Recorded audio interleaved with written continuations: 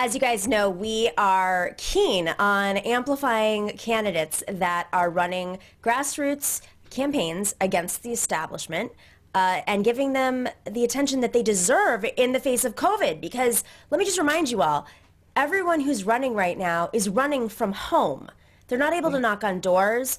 Most likely they don't have millions of dollars in the face of the establishment, which does have millions of dollars. The establishment can go out there and just buy campaign ads and send mailers to people's houses with literature, and they can spend all this money while grassroots candidates had depended on people power to challenge. Well, what happens when everybody's inside? Our next guest is Lindsey Boylan. Lindsey is running in New York City, which is the epicenter, of course, of this pandemic. She is running against a 30-year, almost 30-year incumbent, whose district comprises Western Manhattan into, Southern Manhattan and into Brooklyn a little bit. His name is Jerry Nadler. It's the 10th Congressional District. You may recall Jerry Nadler was one of those leaders during the impeachment hearing, complaining about Donald Trump, who is, of course, from New York itself. Lindsey, I've been watching your race super closely. Things got a little spicy this week. You've got a primary on June 23rd, and it looks like Jerry Nadler might be a little scared, and he was calling in some favors to, Absolutely. Push into your progressive Veritas. So how's it going? It's good. Everyone says, how you doing in this environment trying to campaign? And I would say government and effective government and actually helping people matters more than ever. And it's very clear that our leaders aren't doing that. So I feel like I have a real mandate to be running, and every day is a new circus. But it's all worth it. I mean, there's nothing I would be more honored to do than help our community recover after this particular moment in time. And so, it's different every day, and I'm sitting here in, my house campaigning, but it's worth it. It's worth it. New York has the highest income inequality in the country. And of course, things are likely to get worse after this crisis, this pandemic, in which so many wealthy have been able to afford to go to their second or third or how many homes they have. Yes. The wealth is extraordinary in New York and in Manhattan especially. And working people are forced in many cases to continue to work. They're on the front lines, working people of New York. And, several, when you look at where in New York COVID has hit the hardest, it is in working class neighborhoods. It's in immigrant neighborhoods who, many folks live, there's several of them that live in one home. And so you'll see a household. That's sort of how this strip kind of lines up.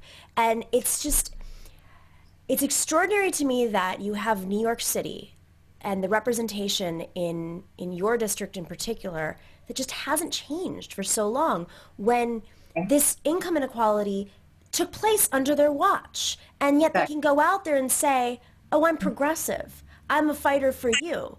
Well, if you look at your district, I mean, I know, I, as many people know, I ran for public advocate of New York, and your district has faced quite a shift in the last 30 years. Yes. How is it that this is just like people are brainwashed into thinking that the representation is there for them in New York? I mean, let's just start by saying every 2 years, only about 30,000 people reelect this man, and he's never had a serious challenge. And 30,000 people in New York City. Let's just make that very clear. Yeah. That's like a building. Yeah, exactly. And out of each congressional district, you're supposed to represent 750,000 people. And so we never have a fair accounting of what he's done, what he hasn't done, and what he should be doing. But I'll tell you what I know on the outset. This is tied for the most unequal district in the country. So we've got a fair number of the billionaires on that 100 New York billionaires list. And then before this pandemic, about 15% of our community was on SNAP benefits, and thousands of people living in substandard conditions in NYCHA. And NYCHA's the public housing for New York.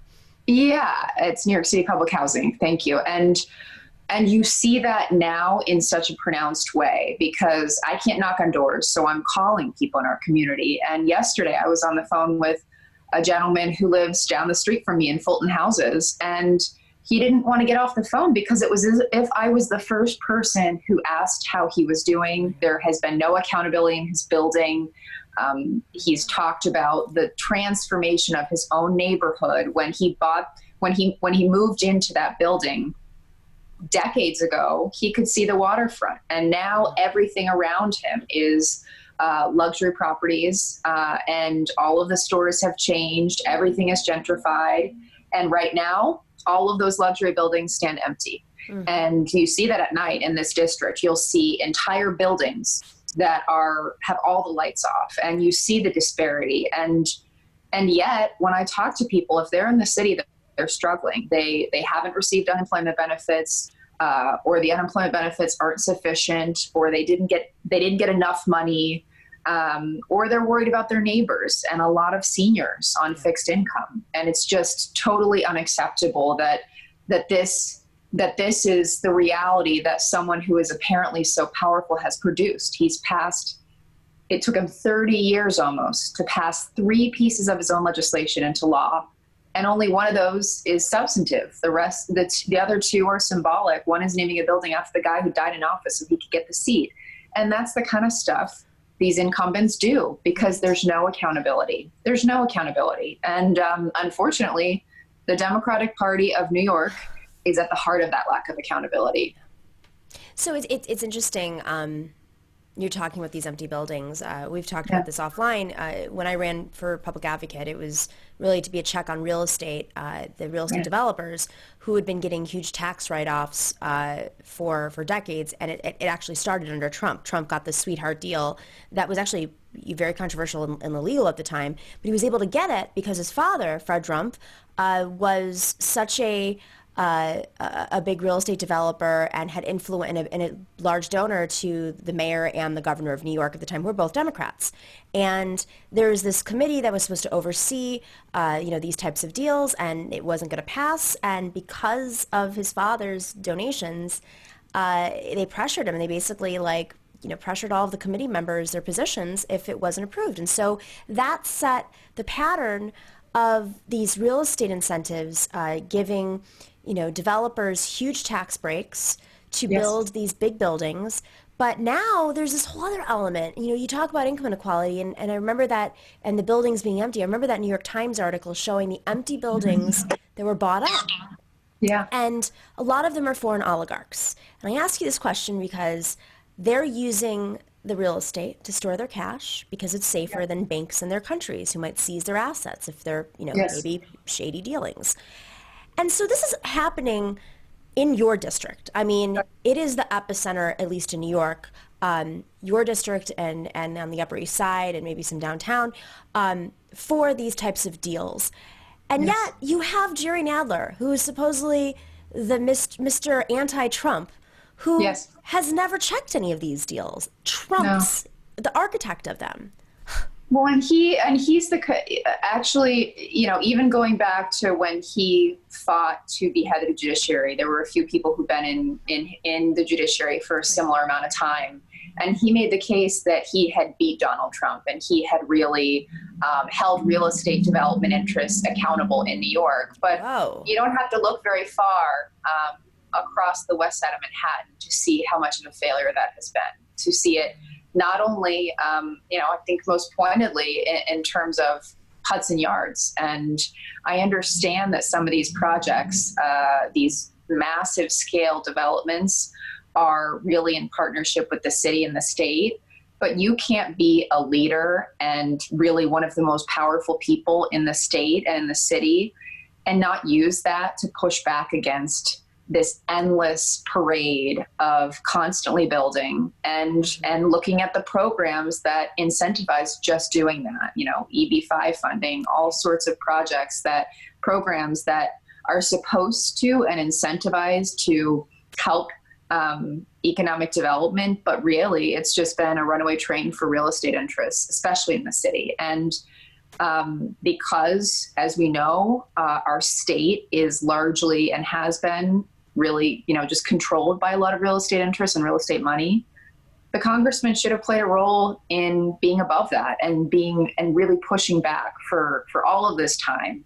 The the kind of work we need, the kind of money we need for development is around affordable housing. Right. It's around supportive housing. It's around senior housing, because 1 in 5 people by 2030 is going to be a senior in this community. And that is a community that is on a real fixed income. And especially right in Congressman Nadler's neighborhood on the Upper West Side, that's a real challenge. And we haven't done anything to prepare for that. We haven't done anything to prepare for the future for public housing. We haven't done anything to prepare for supportive housing or workforce housing. Forget, we used to be a city and a state and a nation that actually thought about how we support working families. We just don't do that anymore. And if he's so powerful, if he has so much, juice in DC like he says he does, why hasn't he acted on any of these issues? Right. Is it because he's not as powerful, or is it because he just hasn't had to do anything about anything for a long period of time? And I think it's either one isn't an answer that's acceptable to keep your seat at this point. Well, he's gotten away with it. And the other side of it is most New York lawmakers, almost all of them, from local to federal, take real estate developer money. And they're afraid. I mean, listen, I know. They're afraid of the developers because it just, when you pull back that curtain, it uncovers a lot of history in New York, a lot of racial history, and it covers a lot of very interesting deals with, covering for strange money from foreign governments and foreign folks, and it's a risky business. And so, I think what's just so jaw-dropping is that in the face of Trump, which is so clearly a presidency of transaction. And for Nadler, who likes to point fingers at Russia, you'd think that he would just maybe have a few conversations about real estate going too far, because it is too far. And after this crisis, we know what's going to happen. We know that working people aren't going to be able to afford their apartments. They're already doing it. They're already, not able to pay for their rent, and they're going to, have to move out of the community. And it's distressed assets up for rich people so they can buy up apartments. And it's an utter tragedy to think that the people who got us here are going to be able to solve this problem.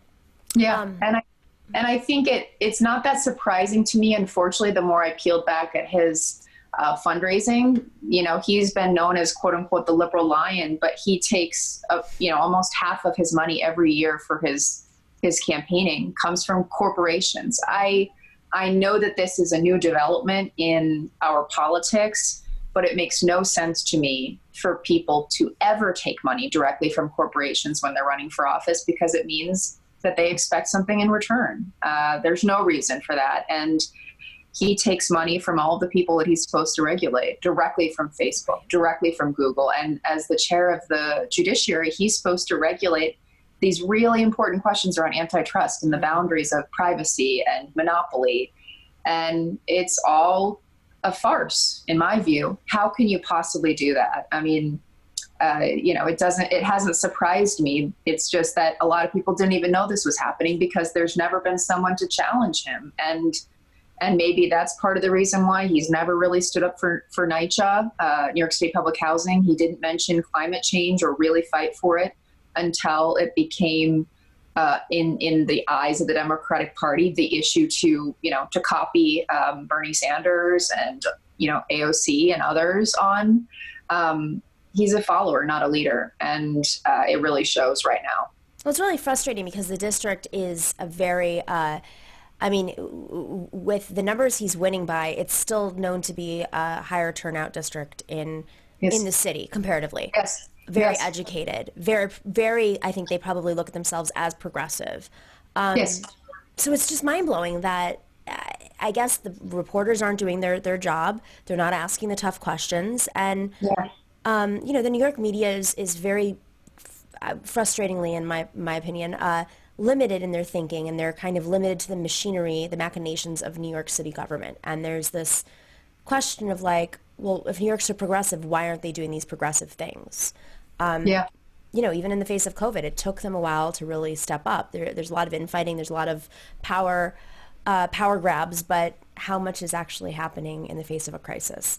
It's like I would even have cases where I'll talk to someone and they'll say, well, oh, Jerry, he's done so much. And if you peel the onion on that. So what exactly is it? And I've had two different people basically say the same story, which is, well, when I went to DC, I got a tour of the Capitol building from his staff. And most of the people who really love him, they talk about access. Right. And I'm not interested in access. I'm interested in representing our people. I'm not interested in making people happy by making sure they get a tour and a flag. I want to make sure that we actually deal with these systemic issues that are literally keeping people in pain and causing such challenges every day. And it's mostly silently in this community. So Lindsey, this week, I was really surprised to see so-called progressives line up and endorse Congressman Nadler.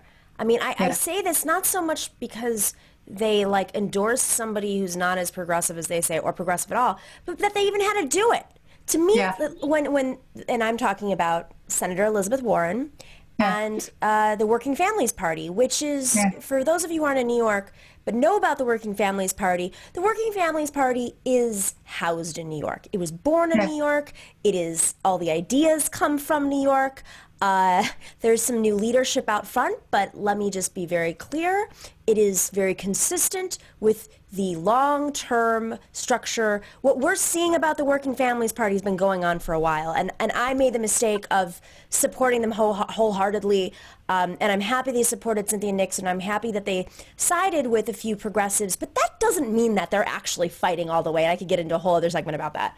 So for you, I was so frustrated to see this because once again, they showed their true colors, just as they did with AOC in supporting Joe Crowley. They don't need to get involved. That's my point. Why? No. What's the point? No. And I think in both cases, one of the things that shocked me the most is that I would have loved if they were going to engage either Working Families Party or Elizabeth Warren, I would have really appreciated the opportunity to at least interview. To me, if you are a national, no. And in fact, in the case of the Working Families Party, I had made several overtures to them about, meeting, having an interview, all of it. And then I just read about their endorsement. And in the case of Elizabeth Warren, in both cases, they have been strategic, especially in the case of Elizabeth Warren. I think that was ultimately something that she was asked to do because he's weak. And it's absolutely kind of clear to me because she only in this lineup endorsed a few congressional races. And this was one of the few males. And it was also, I think, the only one that has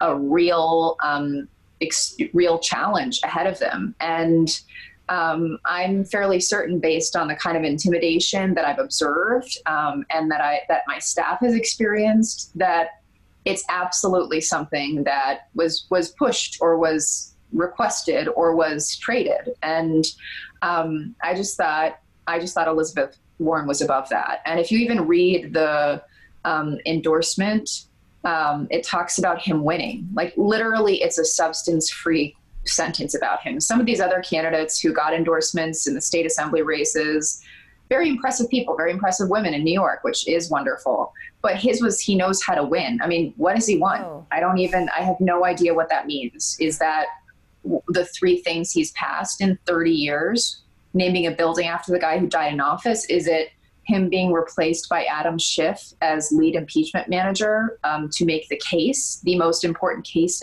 in this moment in time, which he was replaced by? Or is it, him winning by not holding any of the Trump administration accountable by appearing weak every day? And I think I don't really know what's going on.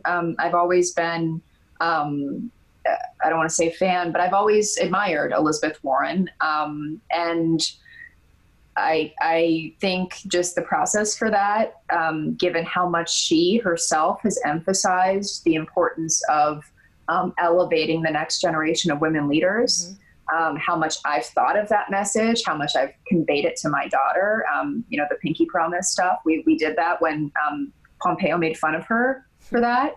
We commented on it when people have given her a hard time, or, AOC for supporting a particular initiative. I've, stood in her defense.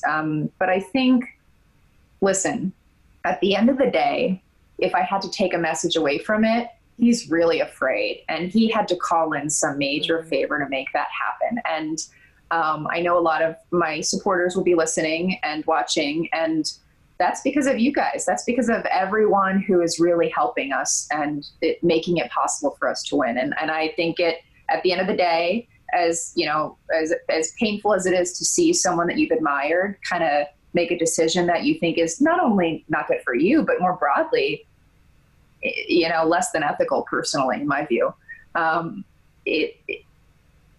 It's a good sign for our ability to win this race. Because, man, he had to trade a favor in for that. Right. He had to call in the big guns. Yeah. To lean progressive. Yes. Lindsey, we just lost your screen for a second. There you are. You see me? Sorry. Yeah, it's okay. So let's talk a little bit about you and why, your background, why you decided to run.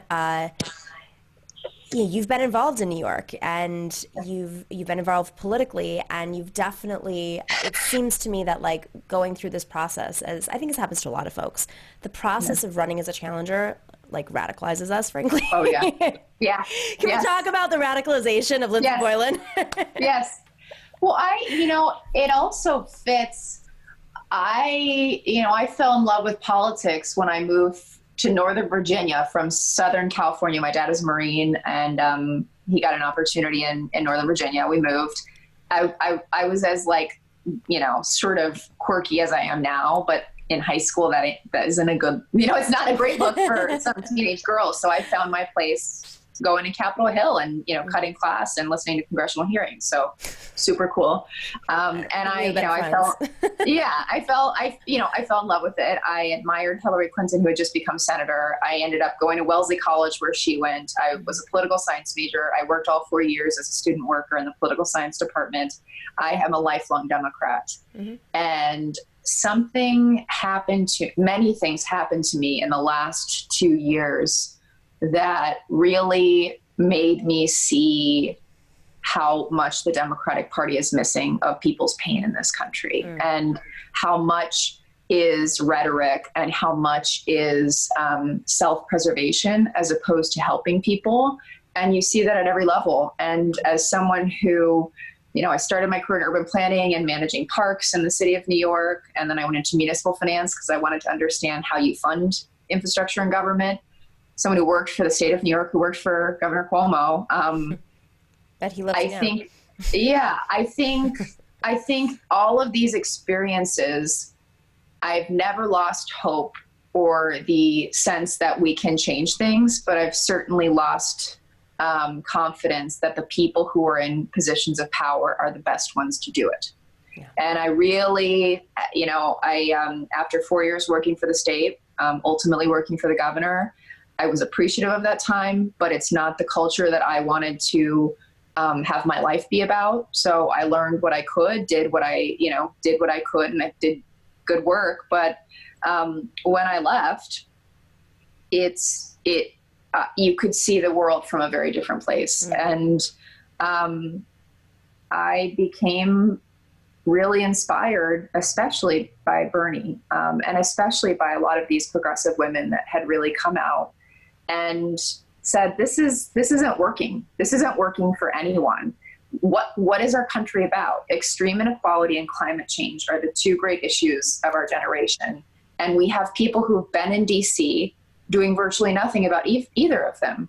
And I was really inspired. And then I kept seeing how the local systems would just perpetuate a bunch of, frankly, older white men keeping the same seats forever, and how every part of the political establishment would just reinforce that. And it pissed me off, because when I was growing up, I thought someday I'll get to be in those rooms where decisions are made, and I'm going to change it so people don't have really bad life outcomes like I'd even seen in my own family or, friends of family. And then I realized, as hard as I worked, and I felt like I was in the rooms that mattered ultimately, there was still a whole nother layer of who really makes decisions and for whom they are made and how you decide what is important and who is important.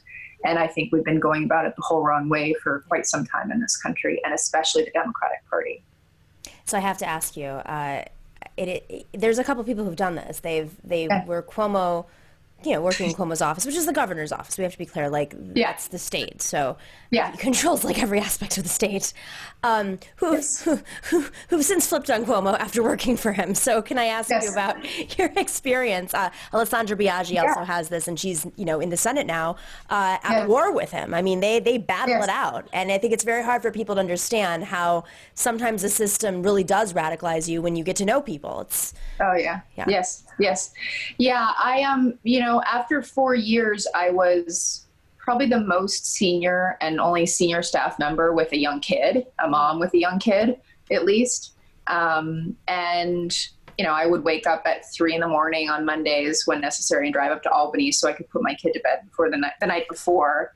And at the end, I found there's nothing that's too hard for me to do. I seek out things that are hard. But the culture where you are is a representation of what you're about. And I ended up really in the last year having a very hard time with it. And so ultimately I just didn't want to be there anymore. I mean, I do think that there was some really good work. I oversaw the state's recovery work in Puerto Rico after Hurricane Maria.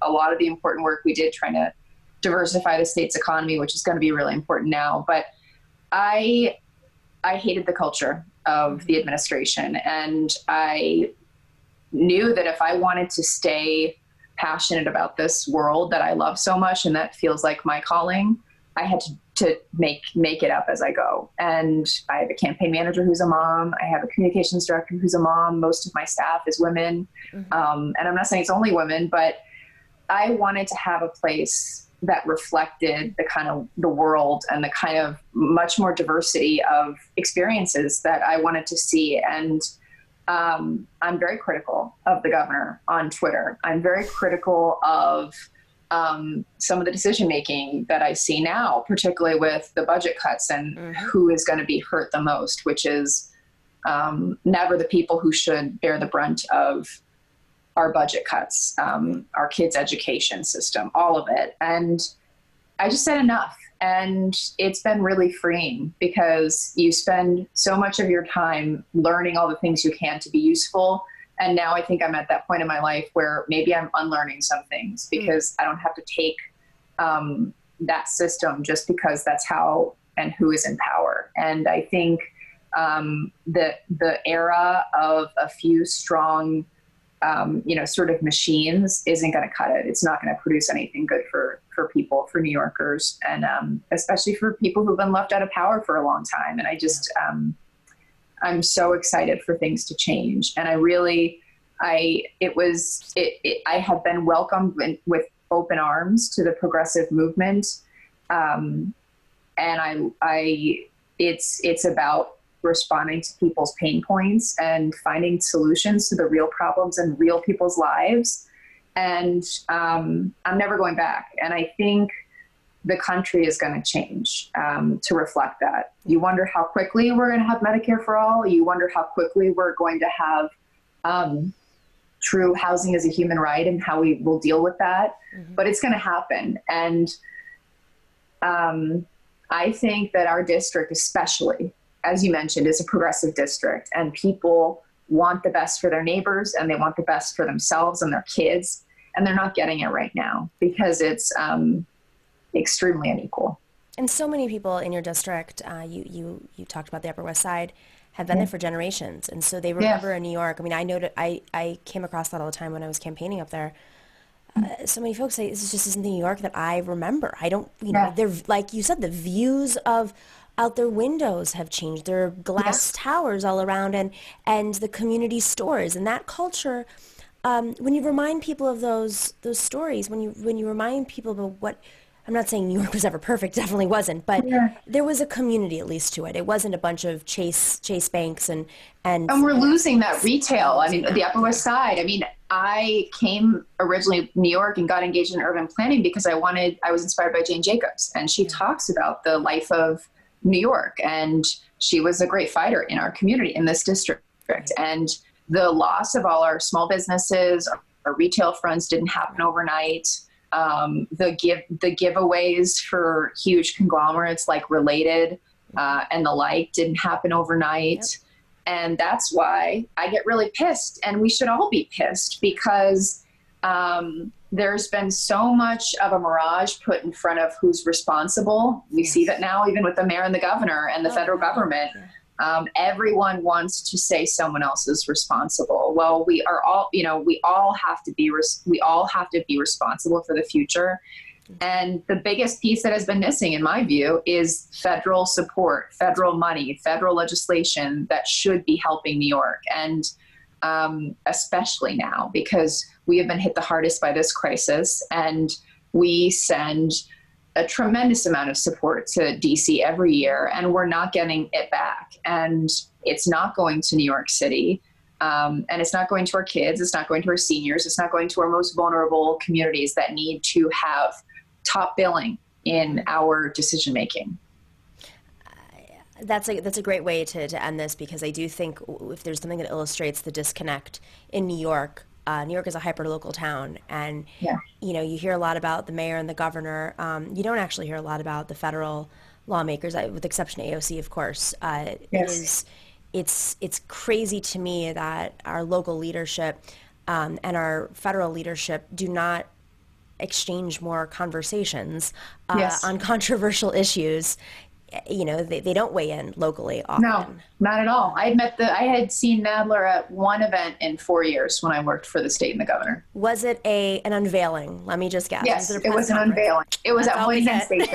It was at Moynihan Station, and he was in and out. And you can't do a good job at the federal level if you don't know what's going on with the state budget. If you don't do something about, the mayor's policing, community relations, all of these things. If you're not engaged on a local level across your community, then there's no way that you're going to do what you need to do for them. Absolutely. Lindsey, you have a race coming up on June 23rd. That is the primary. It still is taking place. Yes. It's a very complicated voting system. Do you want to explain that to everybody and how they can help out? Yes. So we need all the help we can get. LindseysBoylan.com. You can learn more. You can sign up to volunteer, phone bank, text bank, all of it. Support us in any way. And this particular primary cycle, because of COVID, people are going to be able to vote absentee. You can either go online and sign up for, having an absentee ballot sent to you, or assuming you're a registered voter, you will automatically get an absentee ballot application sent to your home. Right.